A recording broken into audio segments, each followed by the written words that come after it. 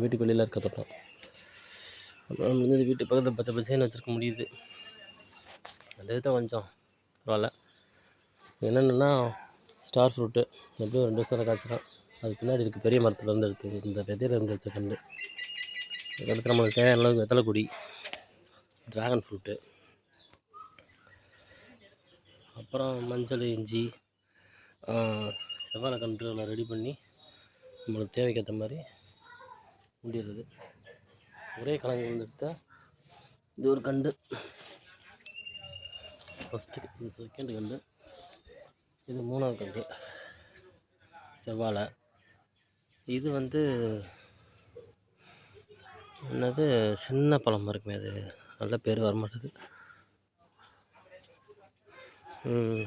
முள்ளு முருங்கை விதையை ரெடி பண்ணிட்டு கண்டை உருவாக்கி வைக்கிறதுக்காண்டி. அப்புறம் மல்பெரி, மாங்கண்டு, கொய்யாக்கண்டு, மாதுளங்கண்டு தூரம் பக்கத்தில் வச்சாச்சு. இப்போதைக்கு வரட்டும், மேலே விட்டுருவோன்றதுக்காண்டி முன்னாடி எடுத்து விலை வச்சுக்கலாம். அப்புறம் பெரும்பழம் செம்பருத்தி, இது செவ்வாழை தான், ஆனால் பச்சை கலரில் இருக்குது. அதுபோக எலுமிச்சம் பதியம் போடுறது பாதி ஆகிட்டு பாதி இருக்குது. சுகர் சாப்பிட்றவங்க இன்சுலின். நூனா பழம் பழுத்துருக்குமே, அது பழுத்து விழுந்துடும். எடுத்து போட்டு இலைக்கண்ணு வச்சுருக்கோம். இது பதியம் போட்டுருக்கு. எலுமிச்சை தெரியாதுல காய், எலுமிச்சை காய் பாதி காயை காணோம், வீட்டில் பிடிங்கிட்டாங்க போல பழுக்கும். அதுக்கப்புறம் குடம்புளி லாங்கில் இருக்கிறது. இது ராமர் சீதா பக்கத்தில் வாட்டர் ஆப்பிள், அப்புறம் மாயன்கீரை, அரநெல்லி. அதுக்கப்புறம் தென்னை மரம் நான் 12th ஸ்காலர்ஷிப் ஆன கண்டில் வச்ச 27 கண்டு உள்ளே வச்சுருந்தது. அது பெரிய தோட்டம். இந்த பெரிய தோட்டத்தில் எல்லாத்தையும் காலி பண்ணிட்டாங்க. இப்போதைக்கு இருக்கிற 1-2 கண்டு மரங்கள் தான் இருக்குது.